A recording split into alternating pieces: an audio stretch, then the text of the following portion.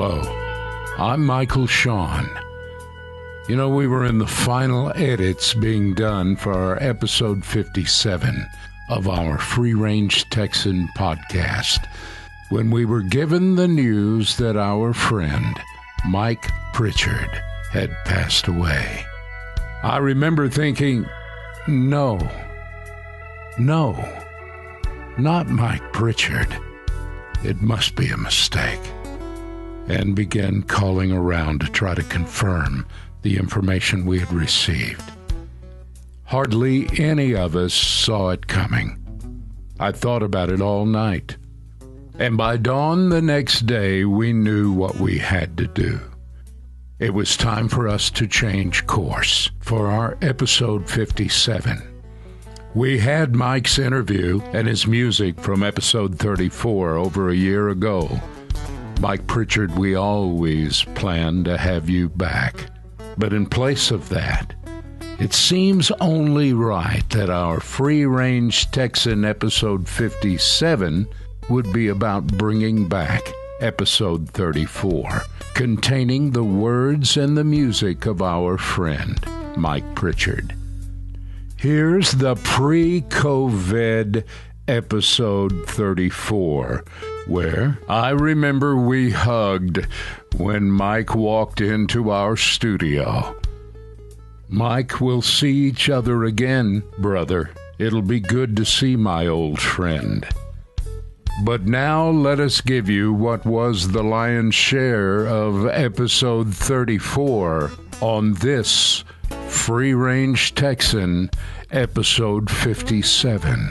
Mike Pritchard fans and friends, enjoy.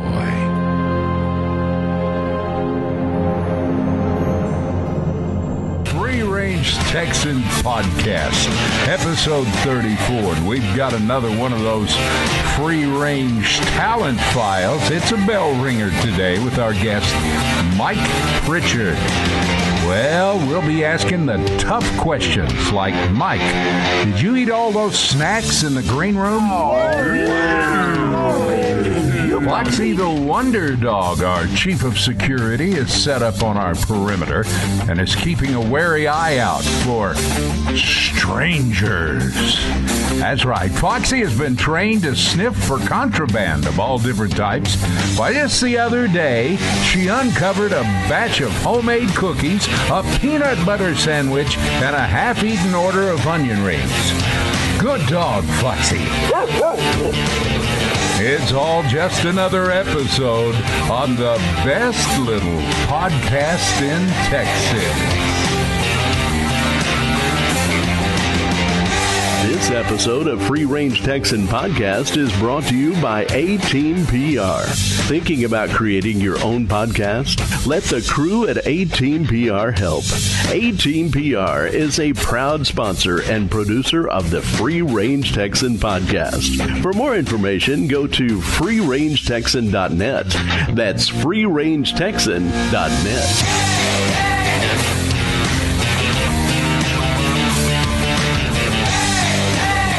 You know, and I was just sitting here thinking, if all that weren't enough, when all of this gets done, we're going to do what we love to do.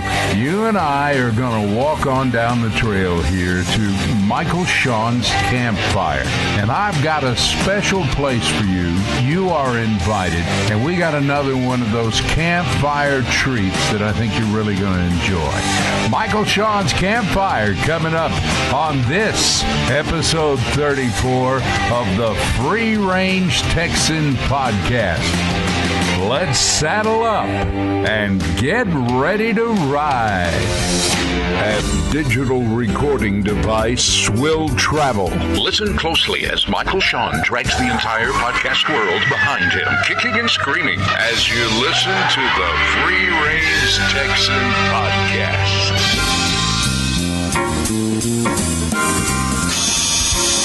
Michael, I'm sorry to disturb you, but you've got a call from upstairs. Upstairs? You mean like 18PR?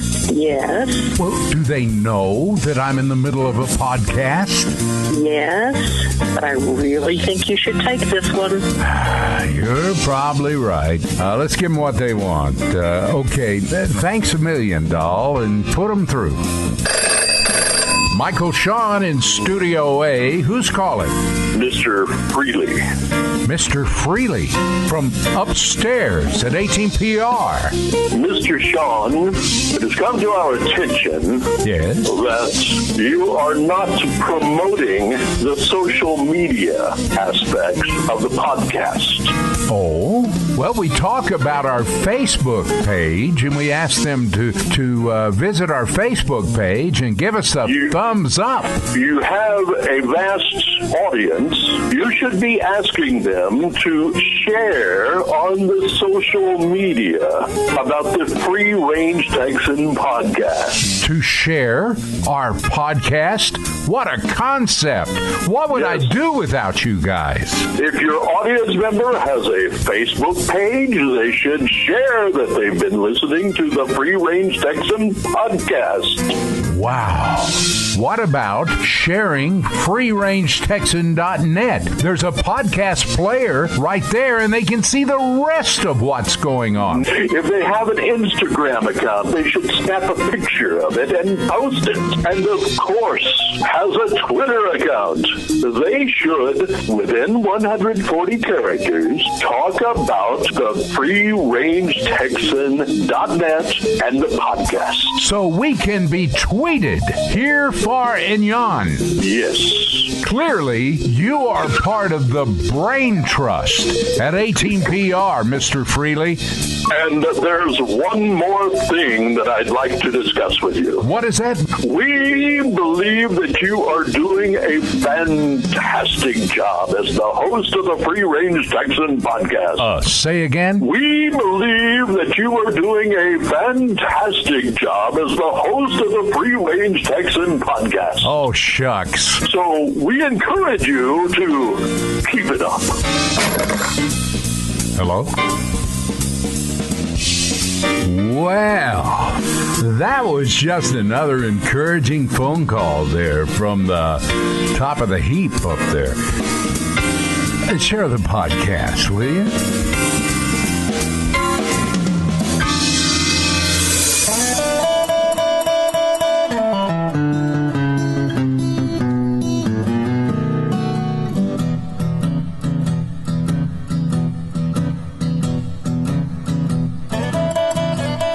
Time now for another segment of the Free Range Talent File. Brought to you by 18PR, bringing a host of creative media production and public relations services to our exclusive list of clients. Maybe you could hire the A-Team. And now, here's the next segment of the Free Range Talent File.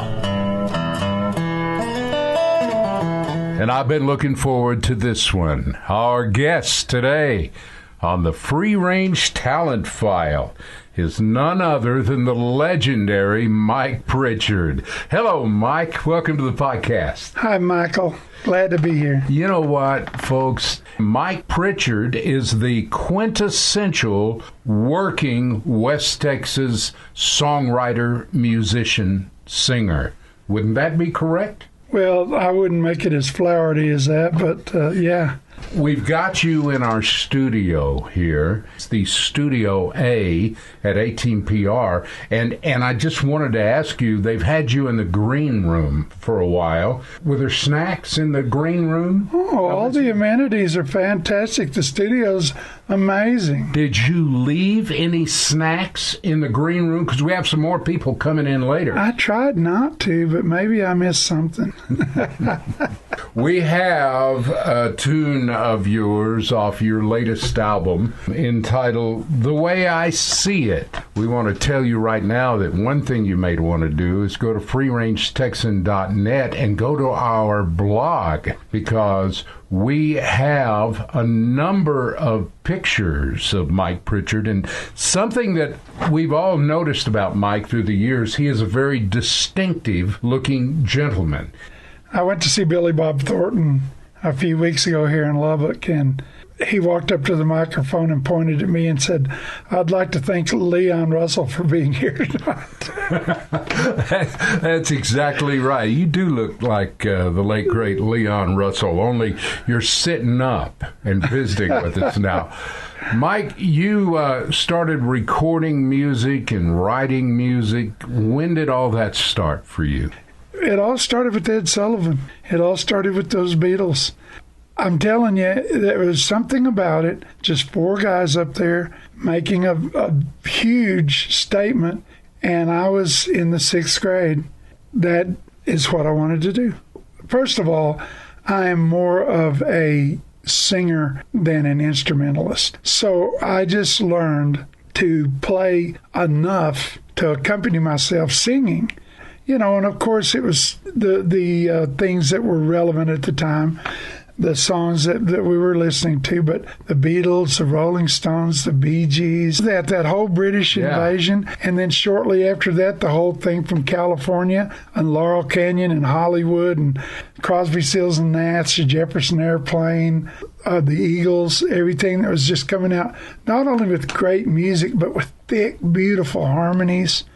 There weren't too many people that I knew that were actually going into a studio and recording at that time. Even though we had original songs, it was really, really hyper expensive, and we were just kind of broke.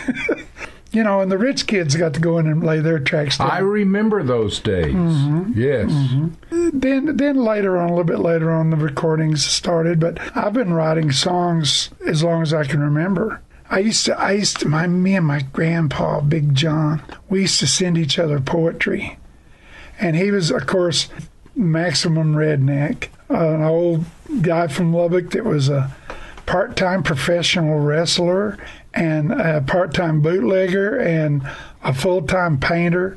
Now, wait a minute. Hold on just a second. Let me interrupt you for just a second.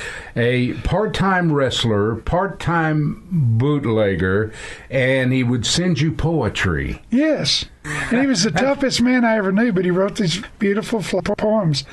And we would send them to each other. And sometimes we would jab each other with our poetry. And, so it was so much fun. So it was kind of a lyrical thing. And my mom and her sisters were all trained pianists, and I did not want to learn the piano. I wanted to be a rock star. I wanted to play the guitar. I wanted to sing and tell my story and charm girls. And that's definitely where your talent was, that and writing music, creating music. You mentioned an ex or two when we were visiting a while ago before we came on, but you apparently found a keeper. You're married now to someone that is very special. The good Lord has been good to me, because I was married young, very young, too young to get married. So I always said I did tribulation in that situation. I got married in 72, and in 77 I became single again. And I was having so much fun playing music. And I just, I was just going out with a lot of different girls. I was just having the time of my life, and swore by the stars above that I would never get married again. And then I met Tiffany, and it was all over. Love had captured another fool. For folks who don't know, Fat Dogs in Main Street Saloon back a couple of decades ago were staples in the West Texas area for live music, which at that point there was not that many stage opportunities in night spots around West Texas, and those were two of the most popular and known. And a lot of people nowadays know each other from back in those days. Well, see, yeah, and, you know, I mean, that's where I met people like Delbert McClinton and Stevie Ray Vaughan, and then a lot of the blues artists like Albert Collins and Coco Taylor and Lonnie Brooks and people those like people that. You would be sitting in a place like Stubbs, the original Stubbs Barbecue, and place like that, and people like that would just walk in and pick up a guitar and sit out on the stage and start playing. And at first, nobody knew who they were. No. Because it wasn't like we had music, television, and social media and all that kind of thing. We didn't realize that was Joe Ely, or that was Delbert McClinton, or that was this person or that person that was suddenly just on the stage singing, and it was never even announced they were going to be there. But that stuff used to happen all the time. Oh, yeah, for sure it did. In fact, one night I was doing a solo at a place called S&J Oyster Bar.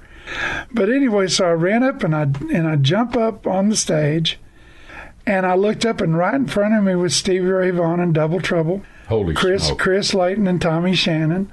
About 2 tables over and just back was J. Boy Adams and Charles Harris.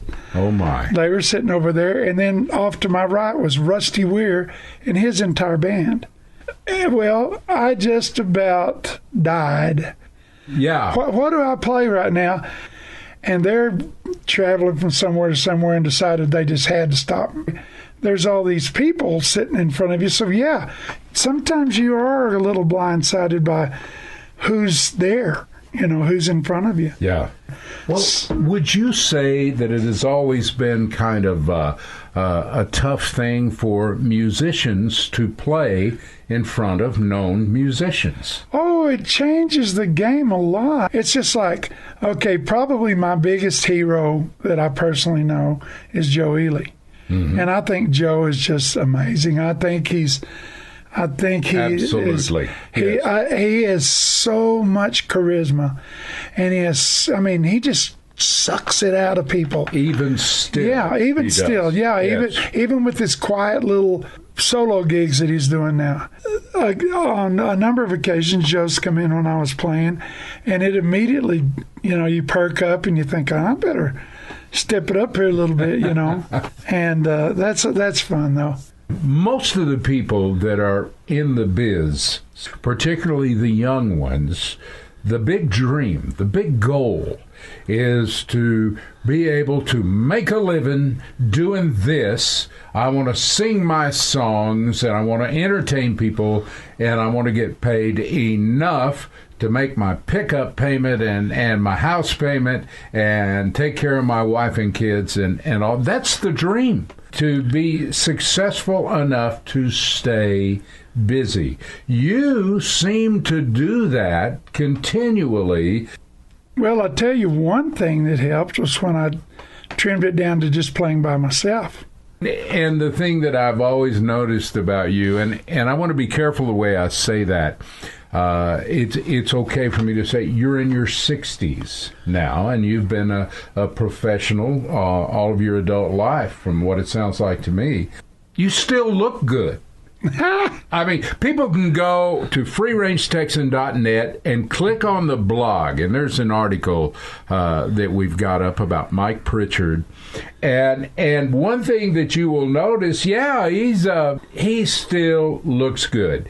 And whether you're out with a date or taking your wife somewhere, you don't enjoy someone on stage that is dressed like they were working in the yard right before they came up and got on the stage. And you see actually a lot of that now. You see way too much of it. And you were never that way. You always have this look that is quintessentially Mike Pritchard, but it is a good look for a performer to have. There is entirely too much disrespect that a lot of the local artists are paying their audiences by doing that. Now, there's a difference between showing up with the knee knocked out of your pants and, you know, something that's kind of stylish, or Or you going for a certain look. They probably paid $130 for those pants. Yeah, but when you look up there and a guy's wearing a white T-shirt with the collar all stretched out, and there's some spaghetti stains on his shirt, and his hair's sticking up in all different directions. My mom always told me, she said, always try to look your best. Do the best with what you've got. And I appreciate that. I'm glad it's noticed. We have your album that you were kind enough to share with us. The Way I See It is the name of the album. The things that are on this album that we have here, and the reason I brought it is because it is a really well-produced album. It's done by Wally Moyers in Studio 84.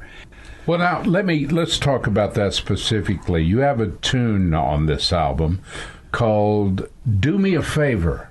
Talk about the musicians that were involved in that. The core of that band was myself and Bobby McDowell on the drums, Joe Don Davidson on lead guitar, Chuck Brown on the bass, Danny Dukotnik playing on the piano and the Hammond organ. My backup singers were LaTronda Maines Moyers, D.G. Fluellen, and Leslie Sawyer. Great singers in their own right, every one of them. Would you tell us a little bit about the backstory of Do Me a Favor? She was a lot tougher than me. And when she broke your heart, she didn't just break it. She smashed it into little tiny pieces and then spread it all over the world. This song is about when you find the truth out about someone, then that's where this comes from.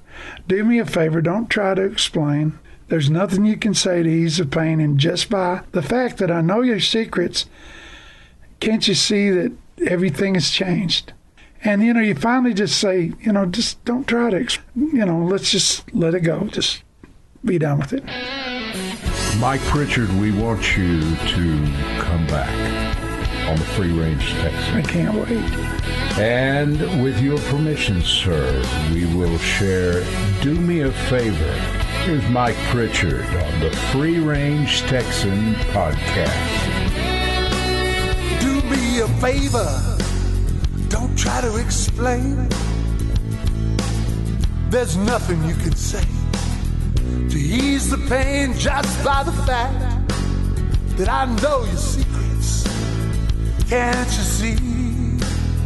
Everything has changed, and how can I look at you now and not sense the evil deep inside in the casual way that you justify it? You'll keep on talking till your mind's at ease. And when the light of the truth comes to blind you, there's not a hole in the ground to be found. Remember who stood right beside you. You'll look for me, but I won't be around.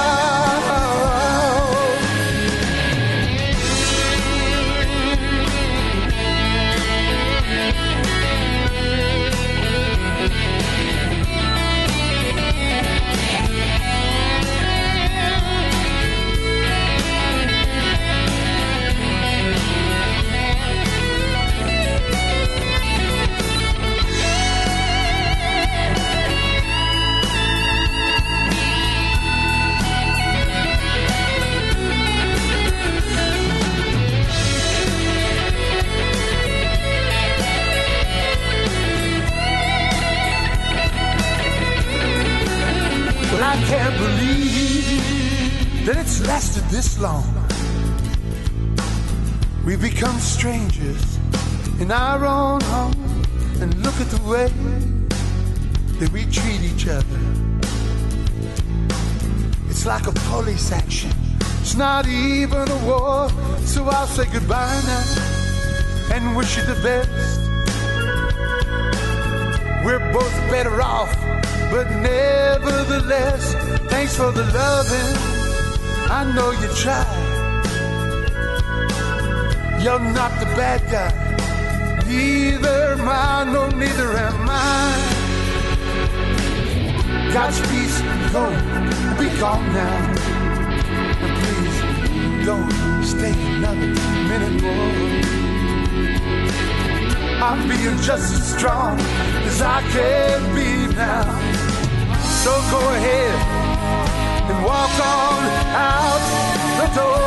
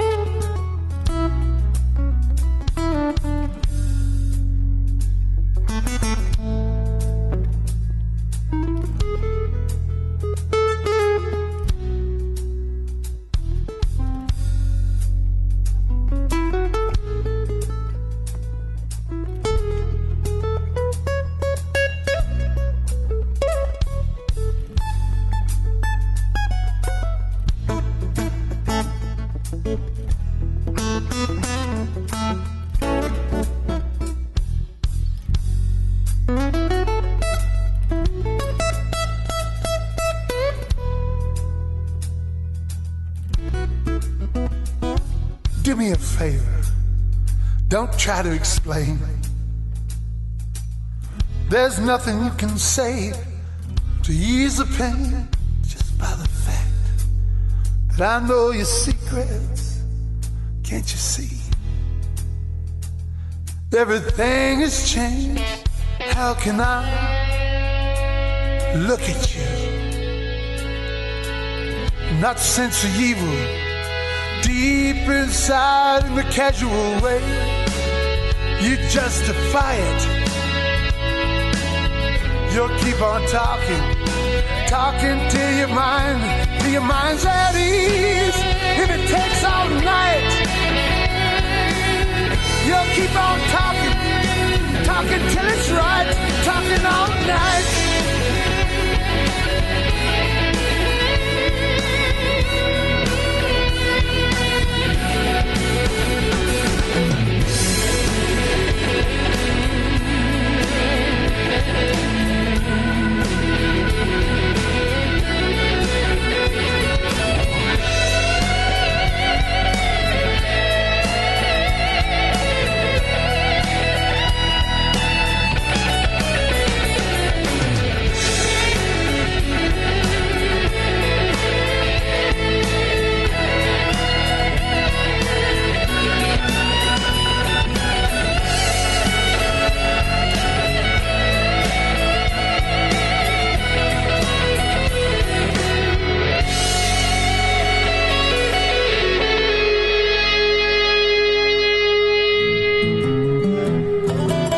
You've been listening to the Free Range Talent File.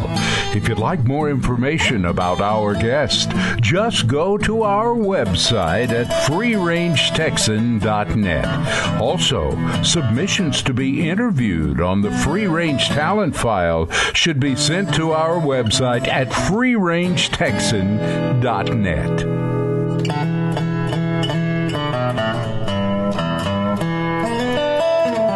It started as just a dream, from which grew a vision. All of us knew from the beginning that this whole concept would follow a path unlike any other podcast. We assembled a team and began production, and what has grown out of these humble beginnings is a totally unique podcast. Theater of the Mind lives. Part truth, part tall tales. Just take a look at what's happened now. Visit our website at freerangetexan.net. Come along, ride out yonder on the Free Range Texan Podcast.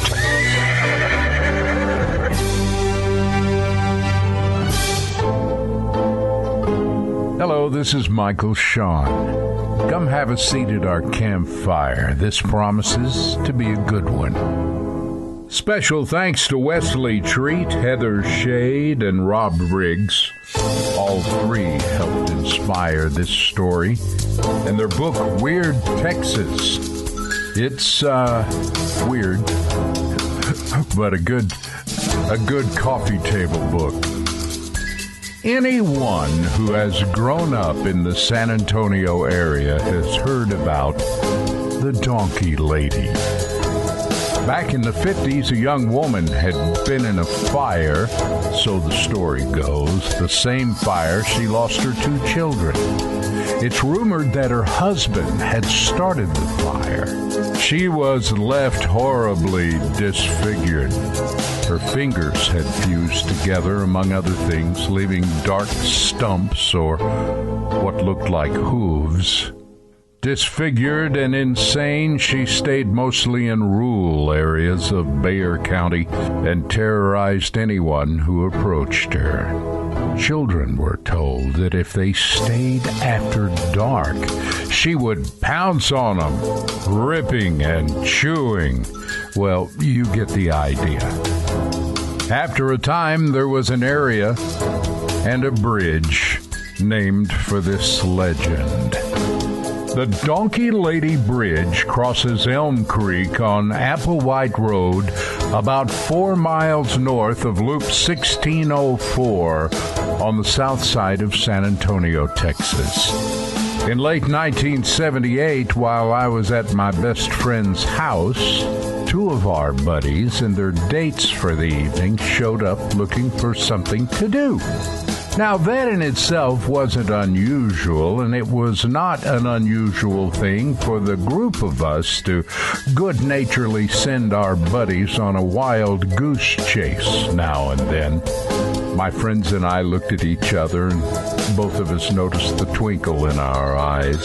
We suggested that they visit Donkey Lady Bridge, a favorite late-night destination that was a bit on the spooky side. They agreed and were soon driving out of sight. My friend and I stayed home. About 6 hours later, their vehicle came screeching up into our driveway, but with only one occupant. Assuming he had taken the girls home, we went out to greet him. What we found at the car was something I'll never forget. The windshield was cracked and almost shattered. The front of the vehicle was dented, and there was what appeared to be blood all over the hood. We immediately moved to the driver's door to see if he was all right.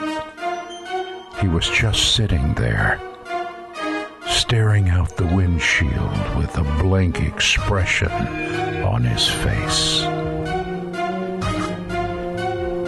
Well, after several minutes, we finally got him to talk.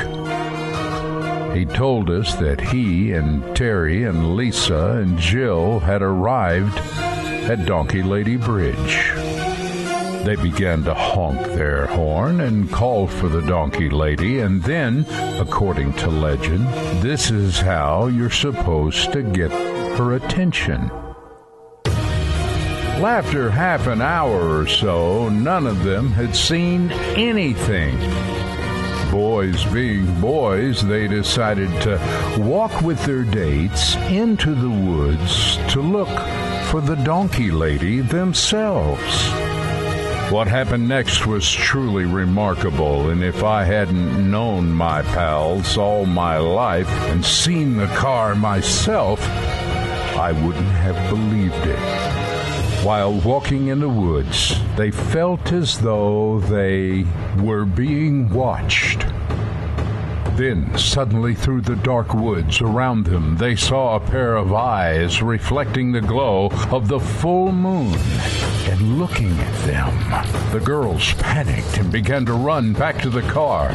The two male counterparts were quick to follow. Before they could reach the vehicle, though, they heard a horrible scream, which was heard coming from the woods.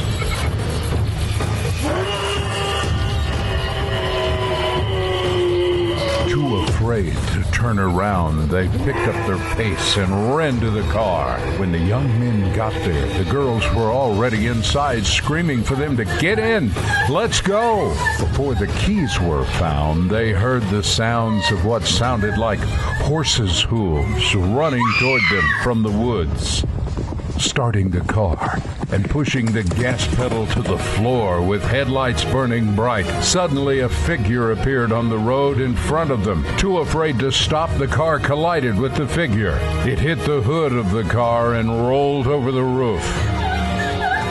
Looking in the rearview mirror, he thought he saw the figure get up and continue to pursue them.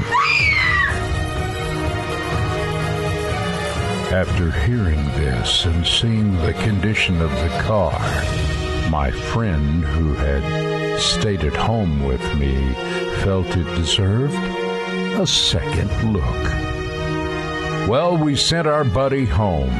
We grabbed 2 flashlights and we jumped into my pickup and made for the bridge. As we drew closer, we slowed down. Our lights lit the road bright, and the woods on each side as well, giving us an outstanding view of the bridge as we approached. The first thing we noticed as the bridge drew closer was the large amount of blood on the road. This was the only evidence that we could find of the incident that we had just heard about.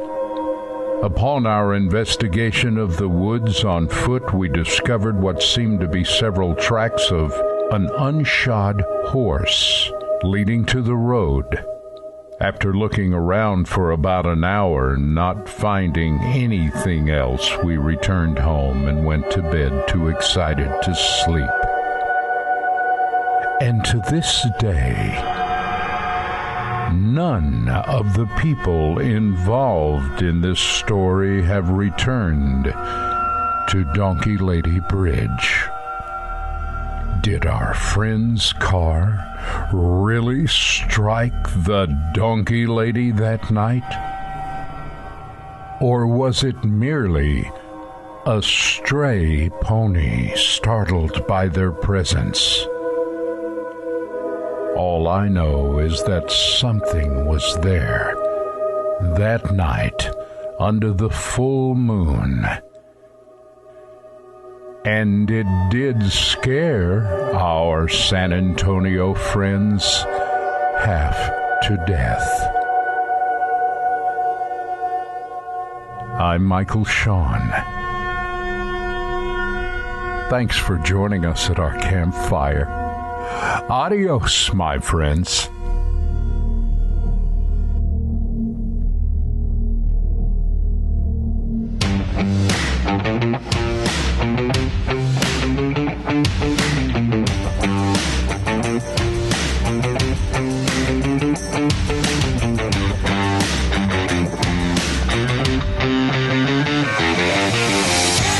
Well, now I suppose some of you will want to borrow my lantern to walk back out to your vehicles. Campfires sort of do that sort of thing, too. We are being touted as the best little podcast in Texas. You got to know that puts a grin on our face. It seems as though our campfire portions of the show are a growing reason for that. We are grateful. Man, oh man, oh man, oh man, where does the time go? This pretty well puts the wraps on another day of slaving behind a hot microphone. Big thanks to Mike Pritchard for being on this show. And, of course, extra snacks next time he's in our studio. And please, would some of you be so kind as to share our podcast? And visit us on freerangetexan.net. Take 'em home, sweetie pie. Thank y'all for listening to the Free Range Texan podcast, produced at A-Team PR Studios out yonder in West Texas, with our host, who's been voted the hardest working man in podcasting, Michael Sean. Feedback or submissions to our program can be submitted on our website, freerangetexan.net. That's freerangetexan.net. This is Sweetie Pie on behalf of Michael Sean and the crew here in Studio A, where we're all looking forward to spending time with you on our next bi-weekly episode of the Free Range Texan podcast. Y'all come back now. You hear?